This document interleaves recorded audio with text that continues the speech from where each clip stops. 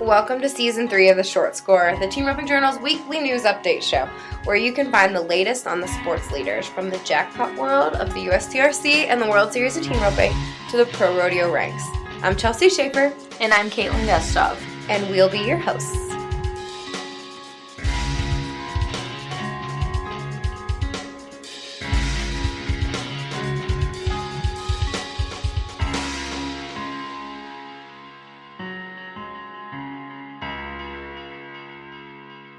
Hey, Caitlin.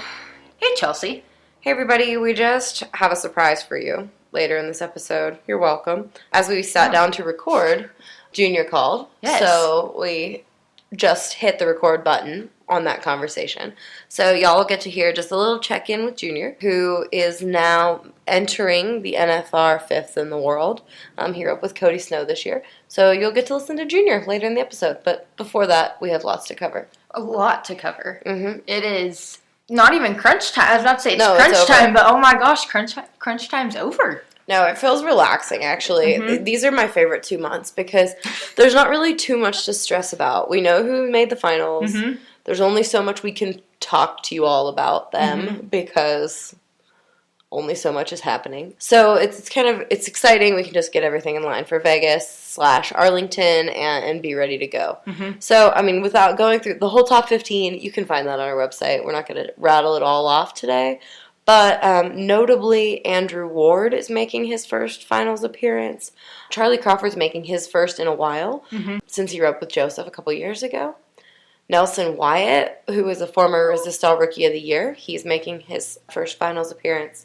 Jeff Flanagan, who was so close last year, is going to rope at the finals this year. And Levi Simpson's back. I'm excited that Levi Simpson is back at the NFR. Yeah, and I mean, also looking at the heading side, since we're talking about that, Brenton Hall, he came in at 15th. He wasn't sure if he was going to make it. There's 3 guys that were on the bubble right there, and 2 of them made it in. So him and I recorded an episode of The Score this morning that's going to come out, I think, October 15th. And he talks about his feelings about the bubble race and kind of how he's almost disappointed that he made it over Matt Sherwood. So it's a good interview. I hope you guys will listen to it on the 15th.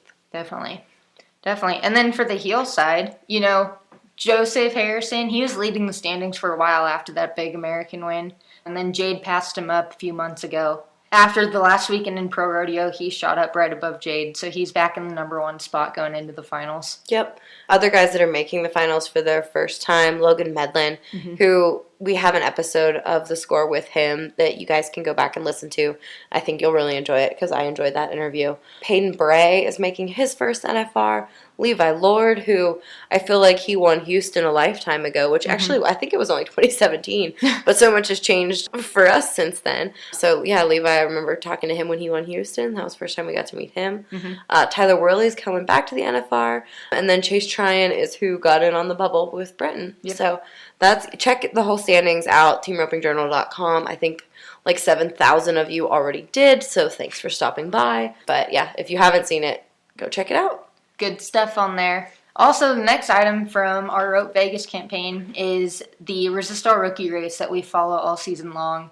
And if you guys haven't checked already, we'll have some stories up later this week. But Tanner Tomlinson ended up winning the Resistol Rookie Header race. It was tight between him and Britt Smith pretty much all season long. And it came down, I think he only had maybe $1,000 lead right there. So Tanner ended up winning that. Good for him. And Clay Futrell, there was no doubt. We could have just said he won it at the beginning of the year, but, we can't.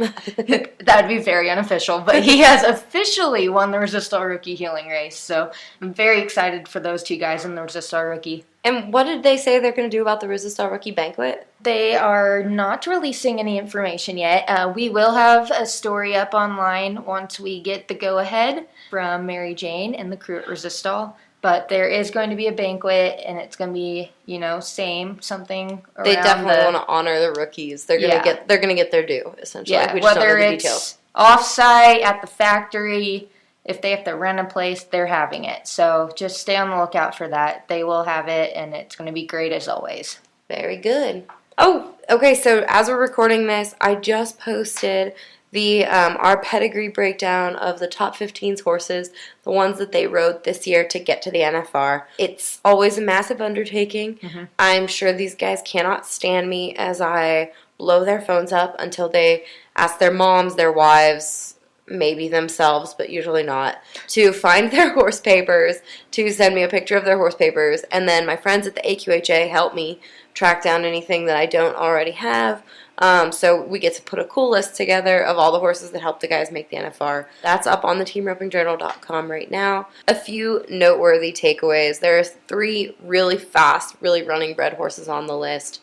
Luke Brown just bought DM Jetoff, a gray horse that he and Chad Masters rode at the Tour finale. That's the horse that helped Chad get to the NFR just in the last day of the season. That horse is double bred jet deck. Andrew Ward's horse, when he sent me the papers, I said, holy cow, is he as fast as he looks? He was like, oh yeah, he will run off. That's an Okie Dokie Dale Stricken La Jolla bred horse. And then Chad Masters is on a grandson of Frenchman's Guy on the top and out of a Truckle feature mare on the bottom. So that's a pretty cool mix. If you're a pedigree junkie, there's so much info on our website that will help you understand, make better breeding decisions, make better purchasing decisions if you are really into the pedigree deal. Another thing that we mentioned, we have a really cool mare story up on of the greatest mares in the history of team roping, and there are 4 mares on this year's list. That's I'm a Fresno Z, owned by Cody Snow, Joseph Harrison's Lula Duel, Junior Nogueira's Apache's R. Haley, and Paul Eves' Doc's Genuine Gunslinger. So there are 3 mares that really campaigned this year. I am very excited, and I think you probably are too, Caitlin, about the Breakaway Journal breakdown that we're going to have coming out tomorrow. I've got all of those horses rounded up, except for a couple that I will finish tonight, and we will have our first ever Breakaway horse pedigree breakdown that I think is just really helping push the industry. So keep checking back on our sites. It's definitely great for our sport. Yes. So without further ado, you want to listen to what Junior has to say about his season? I know I do. All right. All right, everybody. Thanks so much for listening. We'll talk to you soon. Our guest on today's episode is Junior Nogueira, and he is endorsed by CSI Saddlepads. Every feature of the CSI Saddlepads system is designed with your horse's comfort and performance in mind. The system works with all types of saddles, including traditional and flex panel, and at the heart of the CSI Saddlepads system is the revolutionary CSI Flex Plate. First and foremost, this in-pad plate increases the contact area of the bars. This spreads the pressure of the saddle and the rider's weight out over a larger surface area, which in turn reduces or eliminates pinch and pressure points. But that's not the only benefit of the CSI Flex Plate. It goes beyond just simple weight distribution and can actually help your horse achieve a greater range of motion, increasing their overall performance level because it works as an orthotic for the horse's back. If you want to learn more about CSI Saddlepads, visit CSISaddlepads.com, where you can shop direct from their site. It's the only place to get CSI pads is at their booths, in person, and with CSI.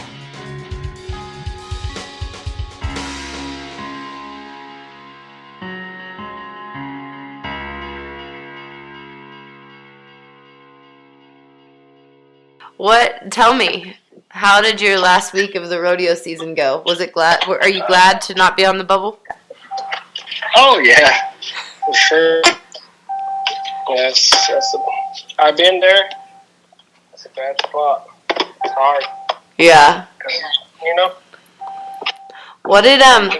Tell me, how did your season go this year? What were the highs of the season?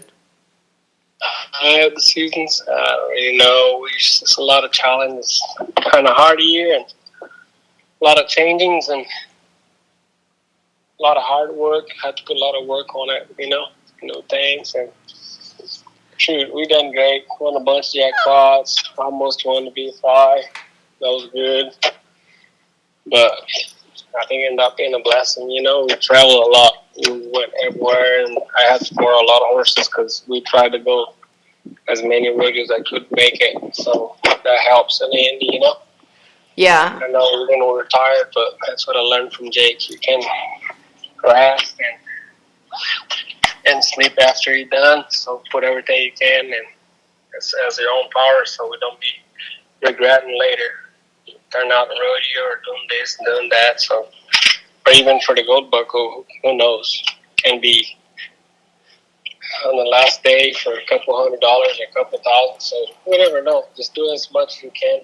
And the main thing, the goal is to make it that far. So I don't work hard to don't be in the bubble.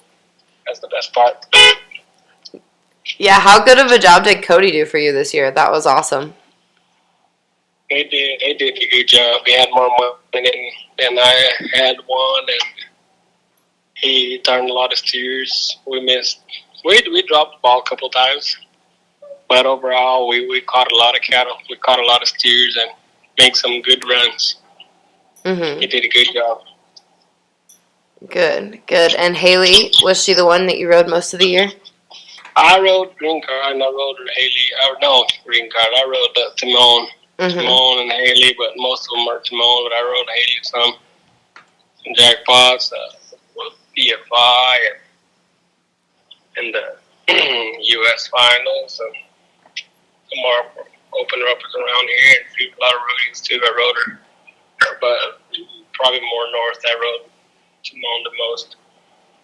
Now, how many studs do you have colts coming out of Haley with this year? I got this 2 more. Now we have two in the ground yearlings, and I got 2 more coming. I got one out of hashtags and one out of a Slick by Design. That's going to be exciting. Yeah, it's exciting. I'm very excited for those 2. And I'm gonna start breeding her more. Probably right now. I missed 1 year. Didn't want to do it, but she's getting the age, and she's awesome, and I bet she's gonna be a great mom. You know, her coach get at least half of her.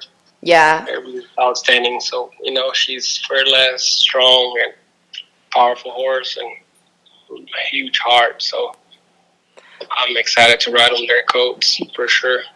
What horse are you gonna ride at Arlington? Well, I don't know right now. The whole arena and the setup changed this year, so has a chance to ride Haley or Timon, and I don't know which one's gonna be. Probably gonna be between those 2. Haley or Timon. I rode the most, and maybe Green Card. I don't know. Green Card's getting a little age, and he's getting a little older right now, and but he's still doing good. But probably it's gonna be Haley or Timon, I would say. Sure, absolutely. Very good. Well, what are you going to do for the next 2 months while you've got some downtime at home? Yes, I am still working at home, and everything's going pretty good. But I just got done the arenas, everything's ready, and built some turnouts for my horses, little sheds, and been riding a bunch of horses, roping up, going some jackpot around the house. And tomorrow I'm flying out to Billings, Montana, to the Wrangler finals, roping finals. But I'll be home. I'm excited to be home and just riding horses, and I'm happy. You're forgetting. I'm burning with tears. You're forgetting the most important part of what you're going to do for the next 2 months, and that's change a lot of diapers, right? What? I said you're going to change a lot of diapers in the next 2 months, right?